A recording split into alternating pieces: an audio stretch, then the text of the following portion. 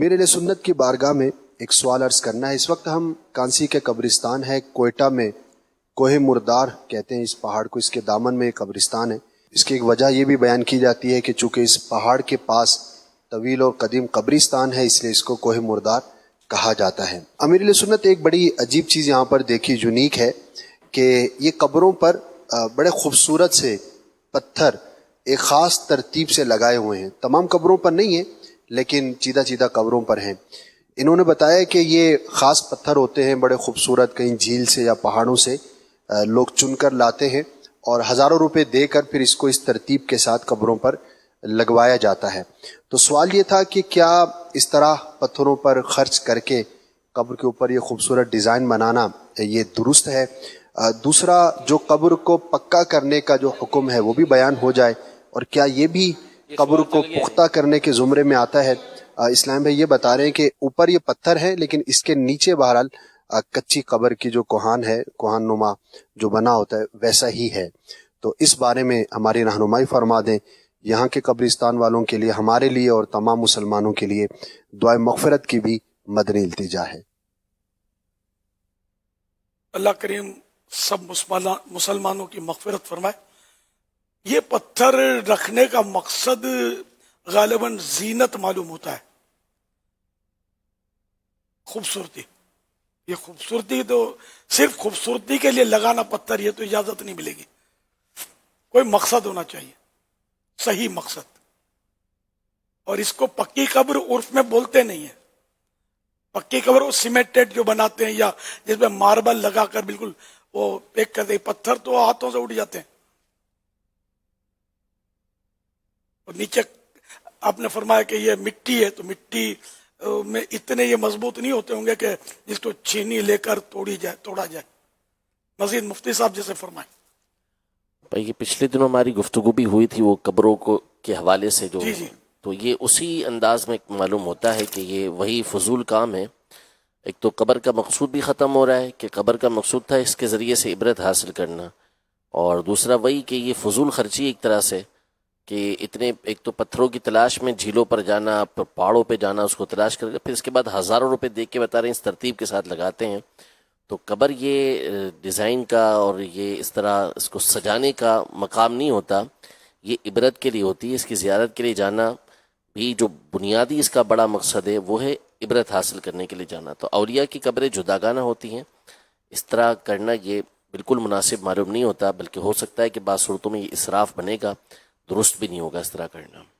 یہ بظاہر اسراف ہی کی صورت نظر آ رہی ہے جی، کہ ہزاروں روپے اس پہ خرچ کرتے ہیں، میت کو کوئی فائدہ نہیں ہے، دوسروں کے لیے عبرت کی بھی کوئی صورت نہیں ہے اس میں کہ عبرت بڑھ جائے گی اس سے، ایسا بھی نہیں ہے۔ تو اس کے بجائے اگر یہی رقم کسی غریب کو دے دی جاتی یا کھانا کھلا دیا جاتا، کسی کو کپڑے دلا دیے جاتے ایصال ثواب کے لیے، تو اور کئی کام ہو سکتے، کسی مسجد کی تعمیر میں حصہ لے لیا جاتا مرحوم کے ایصال ثواب کے لیے، تو اس میں ظاہر ہے کہ فائدہ بھی ہے، دینے والے کا فائدہ اور میت کا بھی فائدہ۔ یہ پتھروں سے کسی کو فائدہ نہیں، پتھر تو پھر پتھر ہے۔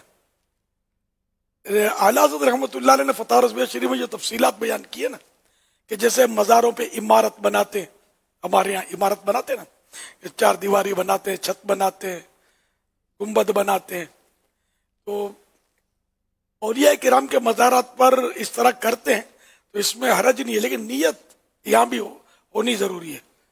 حرج اس صورت میں نہیں ہوگا کہ نیت یہ ہو کہ عمارت اس لیے بنائی ہے تاکہ لوگ اس کے دھوپ ہو یا سائے میں آ کے بیٹھ کر کوئی تلاوت کریں، کوئی ذکر و اذکار کریں، نعت شریف پڑھیں، ایصال ثواب کریں۔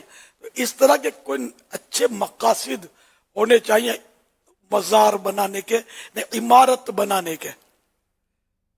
بغیر کسی نیت کے بنا دیا تو پھر وہی اسراف ہے، کوئی اچھی نیت نہیں ہے، ویسے بنا دیا بس۔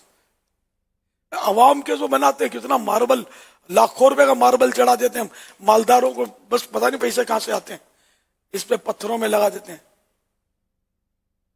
یعنی پہلے تو مسجدوں کے بھی یہ جو ہم لوگ خوبصورت بنا رہے ہیں نا، یہ بہترین ماربل، یہ وہ، پہلے اس کی بھی اجازت نہیں تھی۔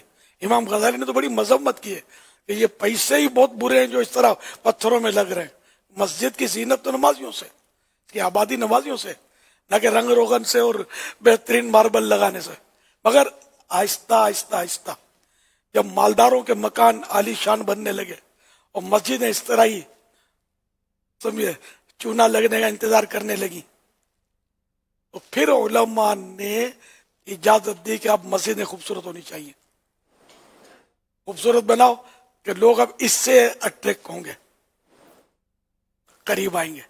آپ دو مسجد ہو، ایک مسجد بالکل جگمگا رہی ہے، ماربل لگے ہوئے ہیں اور خوبصورت مطلب بنی ہوئی ہے، وضو خانہ بھی خوبصورت بنا ہوا ہے، حوض بھی بنا ہوا ہے، ایک مسجد یہ، ایک کوئی مطلب کھنڈر ٹائپ کی جگہ ہے مسجد، وہ بھی نمازی کہاں جائیں گے؟ آنکھیں بند رکھیں گے نا تب بھی ان کا دل وہیں کھینچے گا یہ خوبصورت مسجد کی طرف۔ اب یہ کہ بعد میں یہ متاخرین نے کہہ لو یا جو بھی بعد والے علماء نے اس کی اجازت دی، شروع میں اس کی بھی ممانعت تھی۔ خود مسجد نبی شریف علیہ صاحب الصلاۃ والسلام یہ بھی کھجور کے تنے اس کے تھے، اور وہ کھجور کی وہ چٹائی ٹائپ کی کوئی چھت تھی، مطلب زمین بھی کچی تھی، مٹی مٹی تھی۔ پھر بعد میں کچھ صحابہ کرام علیہم رضوان وہ جھولیاں بھر کے کچھ بجری ٹائپ کی ریت وغیرہ لے آئے، سرکار نے خیر اس کی اجازت دی صلی اللہ علیہ وسلم، تو یہ ڈالی گئی۔ لیکن بعد میں آہستہ آہستہ پھر اس کی وہ خوبصورتی ظاہری جو تھی، خوبصورتی تو پہلے بھی تھی، پہلے ہو سکتا ہے زیادہ ہی ہو خوبصورتی، تو بعد میں یہ کہ وہ دور ہی بہت نورانی دور تھا، رحمت بھرا دور تھا، لوگ بڑے نیک پرہیزگار ہوتے تھے۔ اب تو پرہیزگار آدمی ڈھونڈتے ملے، پرہیزگار سمجھ کر جاؤ بھی تو بعض اوقات منہ کی کھانی پڑتی ہے، ایسے حالات ہو گئے۔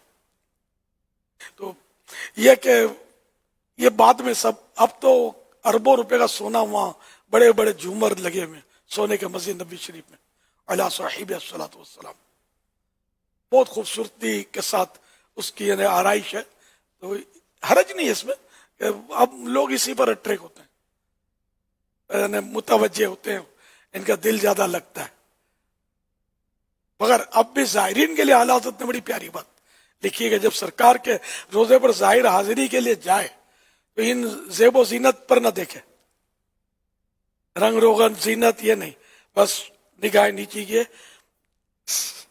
پیارے آقا صلی اللہ علیہ وسلم کے تصور میں آگے بڑھتا چلا جائے، سلام عرض کرنے کے لیے جائے تو اوپر نیچے ادھر ادھر، یہ رونقیں نہ دیکھے۔ کیا بات ہے، ساری رونق تو ان کے دم قدم سے جن کے پاس جا رہے ہیں۔ صلو علی الحبیب صلی اللہ علی محمد۔